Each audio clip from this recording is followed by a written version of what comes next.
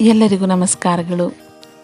ತೊರೆದು ಜೀವಿಸಬಹುದೇ ಅರಿ ನಿನ್ನ ಚರಣಗಳ, ಬರಿದೆ ಮಾತೆ ಕಿನ್ನು ಅರಿತು ಪೇಳುವೆನಯ್ಯ. ಕನಕದಾಸರು ತಮ್ಮ ಆರಾಧ್ಯ ದೈವ ಶ್ರೀಕೃಷ್ಣನಿಗಾಗಿ ಬರೆದ ಸಾಲುಗಳಿವು. ಅರಿಪಾದವ ತೊರೆದು ಜೀವಿಸಲಾಗದು ಎಂಬ ಅವರ ಭಾವನೆ ಎಲ್ಲರಲ್ಲೂ ಇಂದಿಗೂ ಭಕ್ತಿ ಮೂಡಿಸುವಂತಿದೆ. 5 ದಶಕಗಳಾದರೂ ಇಂದಿಗೂ ಪ್ರಸ್ತುತವಾಗಿದೆ ಅವರ ಕೀರ್ತನೆಗಳು. 15-16ನೇ ಶತಮಾನದಲ್ಲಿ ಕಂಡುಬಂದ ಭಕ್ತಿ ಪಂಥದ ಪ್ರಮುಖರಲ್ಲಿ ದಾಸಶ್ರೇಷ್ಠ ಕನಕದಾಸರು ವಿಶೇಷರು. ಕರ್ನಾಟಕ ಸಂಗೀತಕ್ಕೆ, ಸಾಹಿತ್ಯಕ್ಕೆ ಅವರ ಕೊಡುಗೆ ಅಪಾರ, ಅನಂತ, ಅಗಣಿತ. ದಾಸ ಪರಂಪರೆ ವಿಶೇಷವಾದ ಸ್ಥಾನಮಾನವನ್ನು ತಂದುಕೊಟ್ಟ ಬರಹಗಾರ, ಕೀರ್ತನಕಾರ, ತತ್ವಜ್ಞಾನಿ. ಕನಕ ಜಯಂತಿಯ ಶುಭಾಶಯಗಳು. ಕನಕದಾಸರು ಹಾವೇರಿ ಜಿಲ್ಲೆಯ ಶಿಗ್ಗಾವಿ ತಾಲೂಕಿನ ಬ್ಯಾಡ ಗ್ರಾಮದಲ್ಲಿ 1509ರಲ್ಲಿ ಬೀರಪ್ಪ ನಾಯ್ಕ ಮತ್ತು ಬಚ್ಚಮ್ಮನವರ ಮಗನಾಗಿ ಜನಿಸಿದರು. ಇವರ ಮೂಲ ಹೆಸರು ತಿಮ್ಮಪ್ಪ ನಾಯ್ಕ. ತಿಮ್ಮಪ್ಪ ನಾಯ್ಕ ಮೂಲತಃ ದಂಡನಾಯಕನಾಗಿದ್ದರು.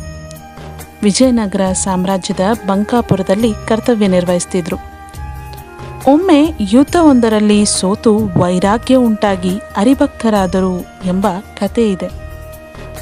ಶ್ರೀ ವ್ಯಾಸರಾಜರ ಮೆಚ್ಚಿನ ಶಿಷ್ಯರಾಗಿದ್ದರು. ಮಧ್ವ ತತ್ವಶಾಸ್ತ್ರವನ್ನು ಕಲಿತರು. ಉಡುಪಿಯ ಶ್ರೀಕೃಷ್ಣನ ಅನನ್ಯ ಭಕ್ತರಾಗಿದ್ದರು. ಕೀರ್ತನೆಗಳು, ಸುಳಾದಿಗಳು, ಉಗಭೋಗಗಳು, ಕನ್ನಡ ಸಾರಸತ್ವಕ್ಕೆ ಹರಿದಾಸನ ಕೊಡುಗೆ. ಮೋಹನ ತರಂಗಿಣಿ, ನಳಚರಿತ್ರೆ, ರಾಮಧಾನ್ಯ ಚರಿತೆ, ಹರಿಭಕ್ತ ಸಾರ ಇವರ ಪ್ರಮುಖ ಕಾವ್ಯಕೃತಿಗಳು. ಕಾಗಿನೆಲೆ ಆದಿಕೇಶವ ಇವರ ಅಂಕಿತನಾಮ. ಕನಕದಾಸರು ತಮ್ಮ ಕೀರ್ತನೆಗಳ ಮೂಲಕ ಭಕ್ತಿ, ವೈರಾಗ್ಯ, ಭಜನೆಗಳನ್ನಷ್ಟೇ ಅಲ್ಲದೆ ಅಂದಿನ ಸಾಮಾಜಿಕ ವ್ಯವಸ್ಥೆಯನ್ನು ತಿದ್ದುವ ಪ್ರಯತ್ನವನ್ನೂ ಮಾಡಿದರು. ಕನಕದಾಸರ ಹರಿಭಕ್ತಿಗೆ ಸಾಕ್ಷಿಯಾಗಿ ಕನಕನ ಕಿಂಡಿಯನ್ನು ನಾವು ನೋಡ್ಬೋದಾಗಿದೆ. ಉಡುಪಿಯ ಶ್ರೀಕೃಷ್ಣ ದೇವಾಲಯದಲ್ಲಿ ಇಂದಿಗೂ ಸಹ ಕನಕನ ಕಿಂಡಿ ಇದೆ. ಒಂದು ಮೂಲದ ಪ್ರಕಾರ ಉಡುಪಿ ಶ್ರೀಕೃಷ್ಣ ಪೂರ್ವಾಭಿಮುಖವಾಗಿ ನಿಂತಿದ್ದ. ಕನಕದಾಸರ ಭಕ್ತಿಯ ಕೀರ್ತನೆ ಹಾಗೂ ಕನಕದಾಸರ ಭಕ್ತಿಯಿಂದಾಗಿ ಅವರಿಗೆ ದರ್ಶನ ನೀಡುವ ಸಲುವಾಗಿ ಪಶ್ಚಿಮಕ್ಕೆ ತಿರುಗಿ ದರ್ಶನ ನೀಡಿದ ಎಂದು ಹೇಳಲಾಗಿದೆ. ಇಂದಿಗೂ ಸಹ ಆ ಕಿಟಕಿಯನ್ನು ನಾವು ನೋಡ್ಬೋದಾಗಿದೆ.